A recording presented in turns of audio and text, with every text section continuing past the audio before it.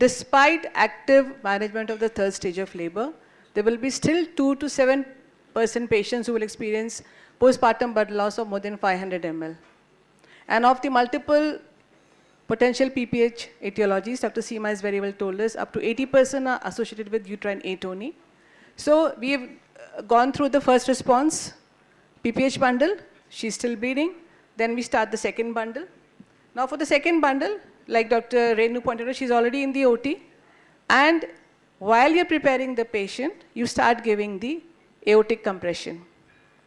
And you plan the insertion of an intrauterine balloon tamponade. It has been read and studied and observed that if it is placed correctly and it is placed before the onset of the advanced shock, the survival rate is almost 100%.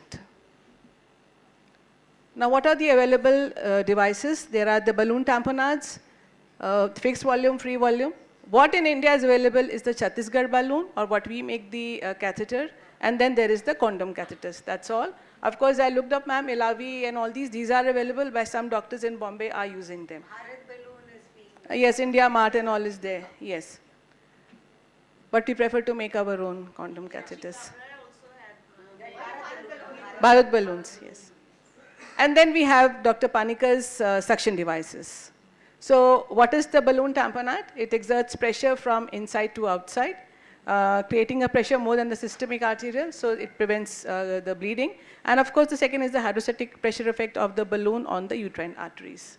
So what is the balloon tamponade? It involves preparing the device, inserting the device, which is actually a catheter with a balloon. The balloon is the condom over here into the uterus.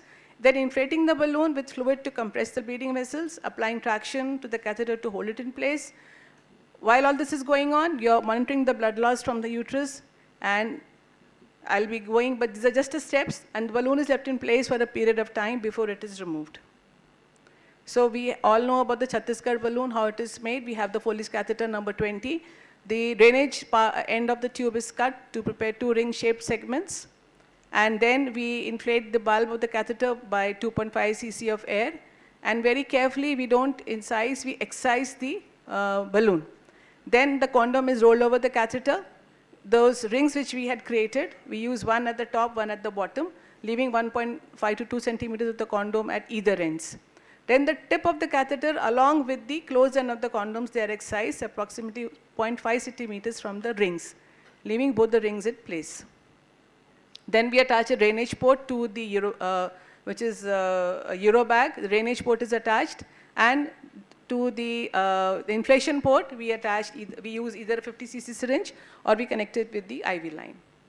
And this is how a condom catheter is made. We take a Foley's catheter number 20, we wrap a condom over it, and we use silk or Vicryl, and we tie it at 2 places, 1 centimeters apart at the distal end. So both our devices are ready. Then comes the most important part. Now, I just mentioned before now the patient is in the lithotomy position, we put in a Foley's catheter. While you're preparing the device, or you already have a device ready with you, your assistant is giving aortic compression. I'm sorry, I couldn't get a picture of that. So how do we give aortic compression? You use a fist or the heel of your palm, place it just little above the umbilicus and on the left side. You put your entire pressure on it, downward direction, almost perpendicular.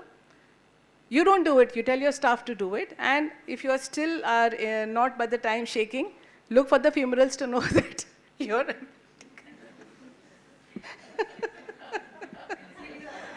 This is so important, ma'am. देखिए यहाँ बोलना बहुत आसान है, पर उस वक्त किसको femoral pulse देखने की याद रहती कि मेरा aortic compression ठीक से नहीं, but that is the way to know whether it is working or not. You feel for the femoral pulsations, they should be absent. Okay, so while you're preparing the device and getting the patient ready, this should be done by somebody. At least make an attempt.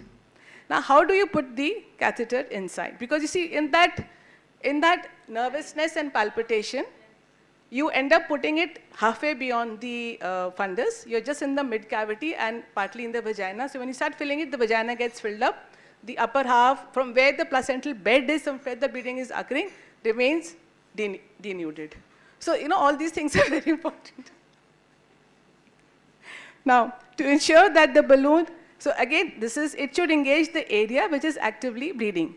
So you put it through the cervix towards the upper uterine segment. Now you use both your hands. Use your left hand, introduce it into the uterus, ensure that the fingertips are reaching the thick anterior and posterior layers of the upper segment.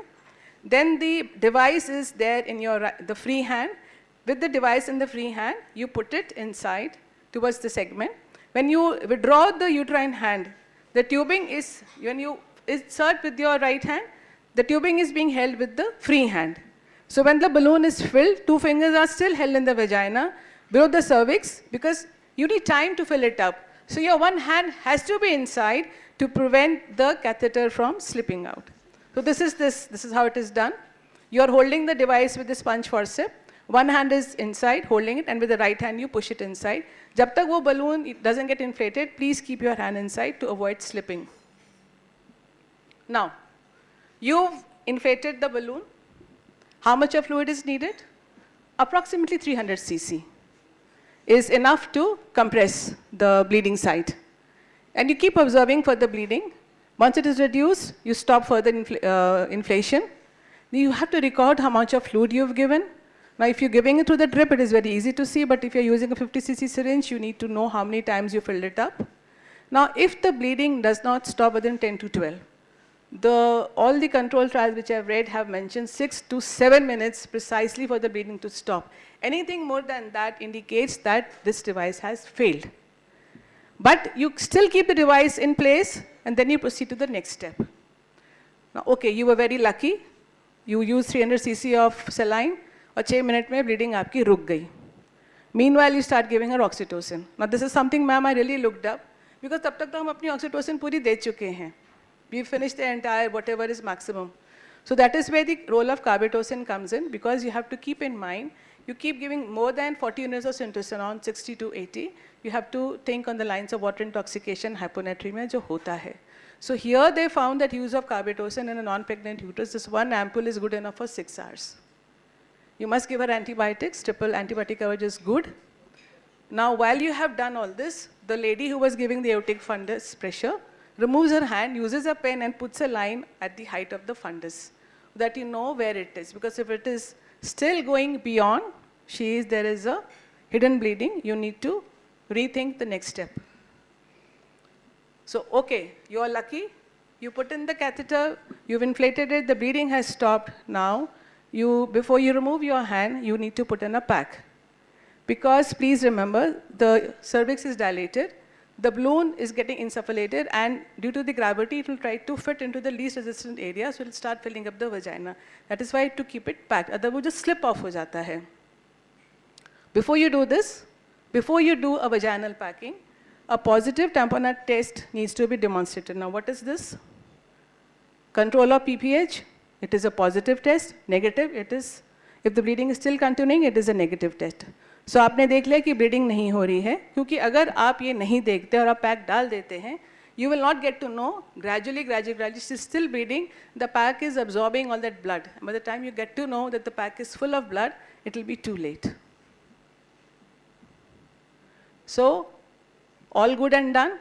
After 6 hours usually, it is enough for the hemostasis to be achieved. You can remove it after 24 hours or 48 hours as per the protocol of where you're working. Usually it's done in the daytime in the presence of appropriate senior staff, which is a very good decision. You don't just, deflate it.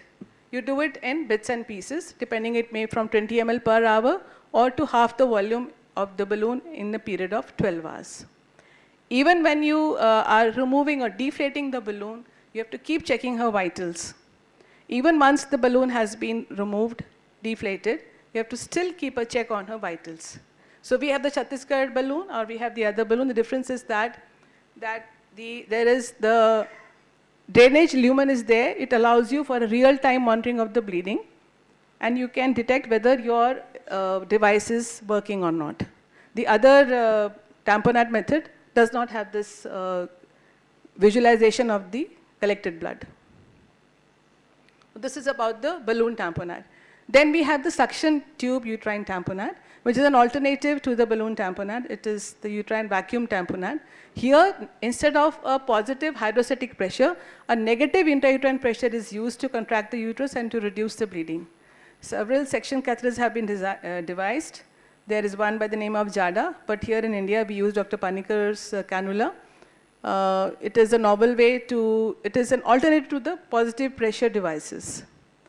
So I had a word with Dr. Panikar. I called him up and I asked him to share his videos and a brief write-up, and this is what he has sent to me. It's a 25 centimeter long, 12 millimeters diameter, with multiple holes of 4 millimeters at the distal 12 centimeters. The cannula is inserted to the postpartum uterus to prevent and treat PPH. After introducing the cannula, 700 millimeters of negative pressure is applied. The wall of the uterine cavity is strongly sucked into the small holes of the cannula, closing all the bleeding sinusoids and arterioles due to the pressure effect of suction. Because the wall of uterine cavity is strongly sucked and held by the cannula, the uterus cannot expand and relax even in an atonic PPH.